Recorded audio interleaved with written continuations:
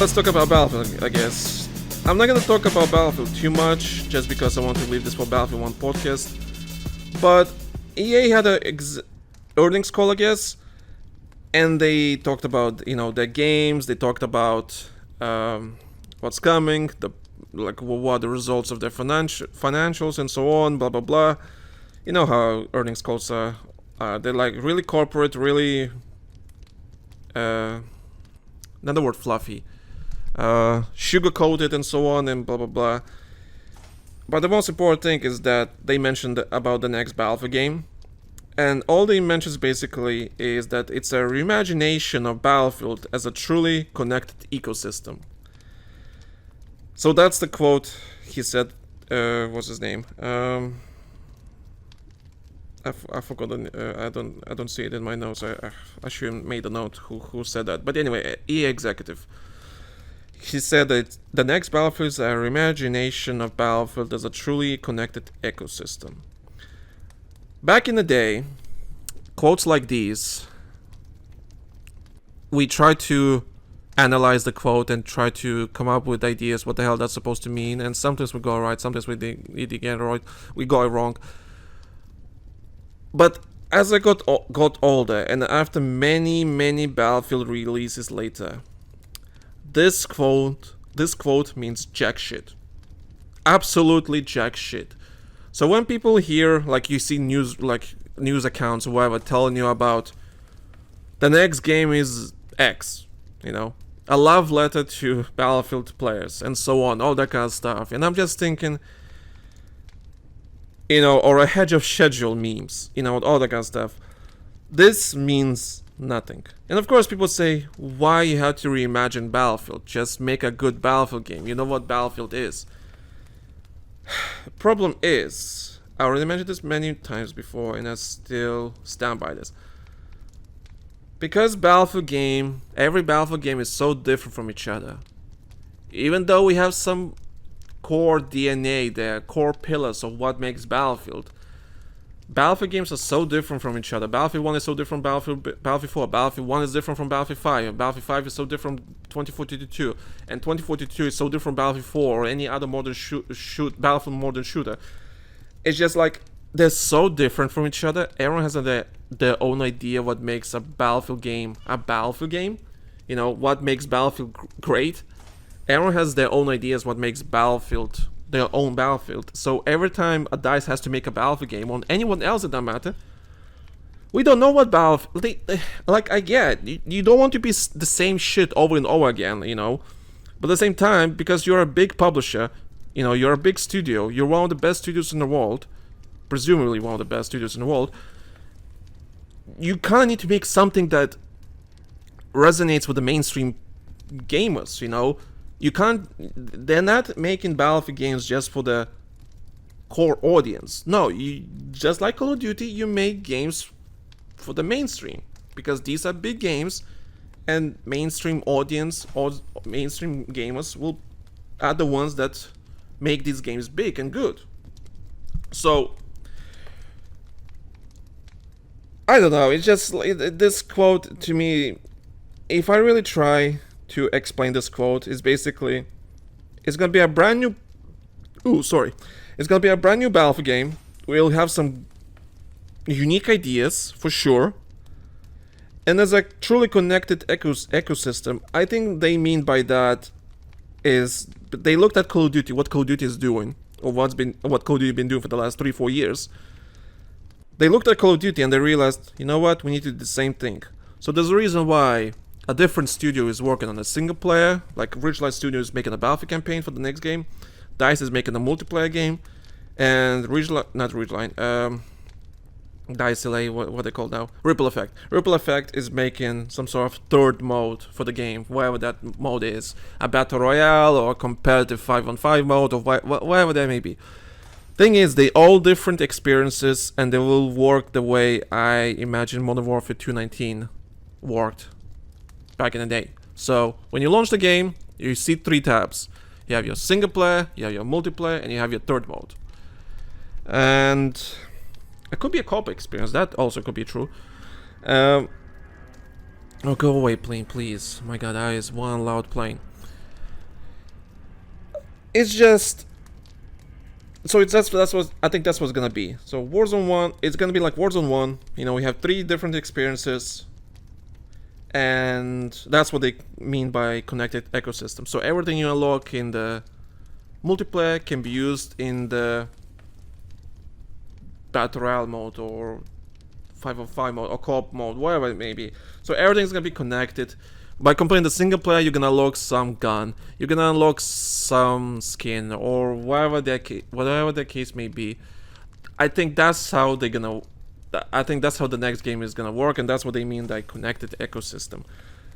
Because big publishers copy each other because they see what works and they want to do the same thing because it just, to them, it makes sense because it's easier than come up with your own ideas that may or may not work.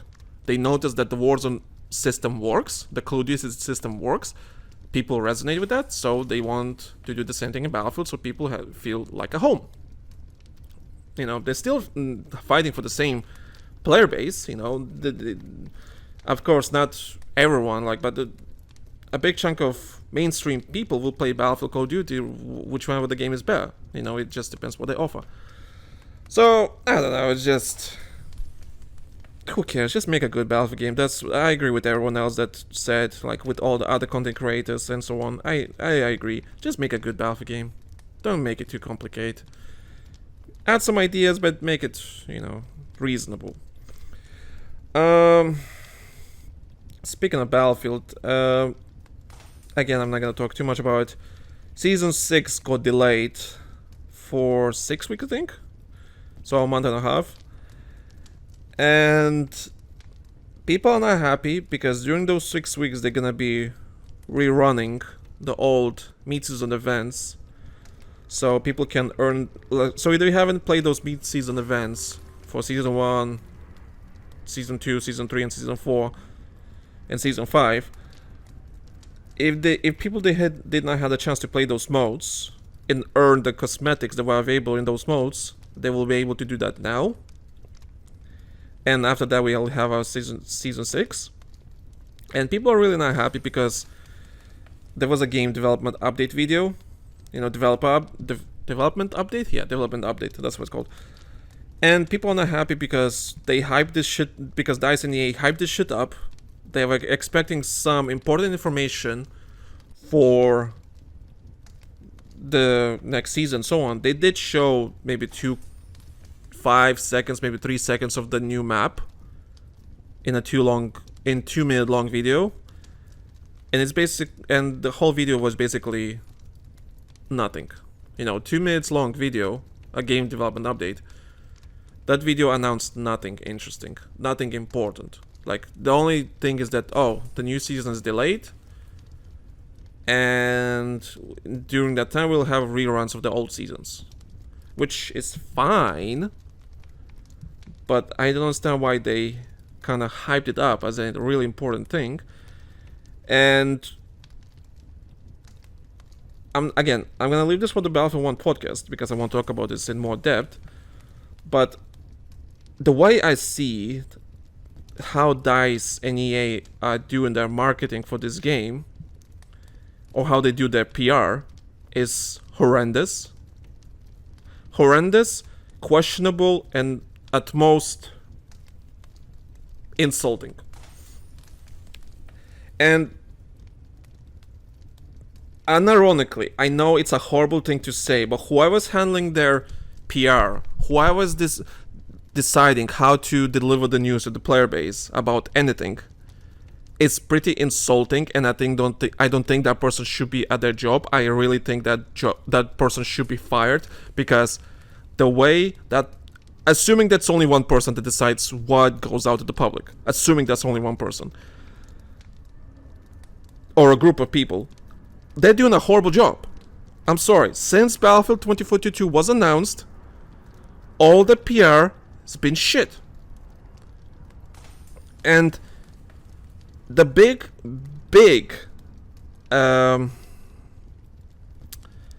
connecting dot. Alright, so all the bad PR that happened, all the bad announcements, all the bad stuff that happened with the game, they all connect to one thing. So, and it's because that one thing is that DICE or EA don't want to take responsibility for their bad ideas, bad decisions, or whatever it may be. The way the blogs are worded, the way the videos are worded, the way they talk about their work in the Battlefield podcast, they don't take responsibility. They just don't. They don't want to admit that they made a bad mistake. They don't want to admit that the design did not work. There's no shame in admitting, yeah, we tried something new, did not work. We'll go back to the basics and we'll fix it. It's not a bad thing to say. It's simple. It's easy to understand. It's respectful to your player base and respectful to you as a developer. But instead, we have drama. For example, remember the kick feature? They said the kick feature for squad management is not coming. And there was all this drama regarding one certain YouTuber, Ghost of Gaming. All this drama that he got kicked from the EA creative network because he posted a reply from the community manager that was in private Discord. Like, you hear private Discord, you're like, oh, so he has to be private, it's NDA. And so technically the Discord is not private because we don't have NDAs for that. And two, why that information is coming in the private source? Why is not being explained to the player base why that kick feature is not coming? So there was a big drama regarding that, and you should go to Patreon, our Patreon, patreon.com/TheLankySoldier, and listen to that podcast of episode of me and Ray talking about this drama that happened. And I think we had an amazing conversation regarding that. We went with the most neutral point of view, and I think we did a really amazing episode regarding that. So do check out. So there was this big PR problem, and I'm like, okay. And they, of course, now a couple of weeks later, they added the kick feature into the game, so now you can kick players. And so I'm like thinking, why this was a problem in the first place? Why you had to create all this drama for nothing? And in the podcast, for example, they explained why the maps were clean and pristine when the game launched, and the explanation they gave is basically, because it was the start of the war, so that's why the maps are pristine and so on. And I'm like, I was listening to this podcast at work, just listening, and I was rolling my eyes listening to this, what he just said. The maps were pristine because it was just the start of the war. So they want to go with that excuse instead of admitting the game, it did not work. It just did not work. We tried and it did not work. We learned from this and we're gonna move on to make something bad because it didn't work out. It happens. Game development is a bitch. Game development is a fucking bitch. So why is it so hard to admit the design did not work and we'll do it bad next time? Why is it so hard to admit? Why do you have to say it was start of the war? Why do you have to come up with some... Sure, it makes sense, I guess, on a grand scale, but it's just such a cop-out excuse. Just like, alright, sure, let's go with that excuse. But then, they explain, players did not want to use... in the podcast, they explain, the players did not want to use the vehicles, the call-in vehicles that you can call in as a squad. Players did not want to use the call-in vehicles to go between objectives and so on because the distance are really big, and people still ran. They decide to go on foot instead of using a vehicle. That's what that developer says. Like, we noticed that the players don't want to use the vehicles. No, we want to use the vehicles. We want to, but if you're a game developer and telling us that we don't want to use, that you're wrong. Because if you played your own game, you will realize that we can't use our vehicles. We can't call in. There's a limit. There's a limit.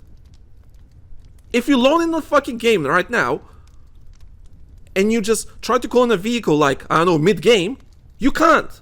Because there's no vehicles available. There's no vehicles. There's a limit. You can't call in this vehicle because arbitrary gaming reasons, you know, probably lack of memory. They can't spawn in more vehicles on the map because it would eat all the memory and performance would tank or something. Makes sense, sure. Don't lie. Don't lie. So again, either this developer doesn't know that, 2, he was given bad info, but again, you should play your own game, and 3, why are you not playing your own game? Just play for a little bit. I understand that you don't want to play the game on your free time to understand the problems that your game is dealing with. I get it, it's work is work. But don't gaslight the players for that. Don't gaslight the players. Just be honest.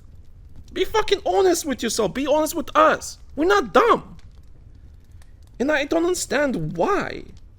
Why? And then there was, of course, the interview on Game Rant, I think it was Game Rant, where one of the producers said, oh, players did not know how to use the specialist. No, we knew how to use the specialist. Specialist just dumb. It did not make sense for the Battlefield game, that's all. Why are you gaslighting players? The players didn't know how to use the specialist. Fuck off! Of course we knew. We're not dumb. We play other games. We know how to use the specialist. It's just the fact is that they did not work in the Battlefield game because it's a shit idea in the Battlefield game. You know? And they gaslight us like they don't know how to use it. It's just like, oh my god. And then, you know what? I'm gonna leave this for the Battlefield 1 podcast because it's just like, it makes me angry. All the changes they did for Battlefield 2042 is good changes. It's just this PR they have. Whoever's handling their PR, so dumb.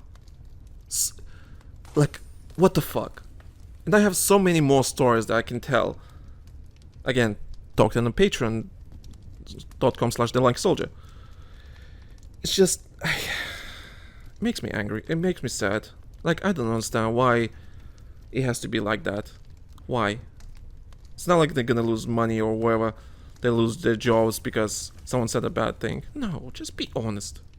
In a good way, you know? Don't reveal secrets, but just respect your player base. Don't gaslight us. And then what makes it more funny is that someone in Reddit said, like, commented, like, called out the community manager, or I think he called out the community manager, saying like, oh, why are you basically accusing us of that and gaslighting us, that, and then blah blah blah. And then the community manager replied, that's not what I said, you know. And then the guy replied to him again with the exact word by word quote that he said, and it's exactly what he said. And of course he never replied to that. So that's what I'm saying. It's just like, I don't understand. What's this manipulative PR thing happening right now? Oh, it's the players' fault. They don't know how to use the specialist. Oh, don't twist our words and so on. That's not what we said. No, that's exactly what we said. People are dumb. Stop assuming people are dumb. Ugh, anyway, I'm gonna talk this about Battlefield 1 podcast because this just makes me really annoyed and angry because, ugh.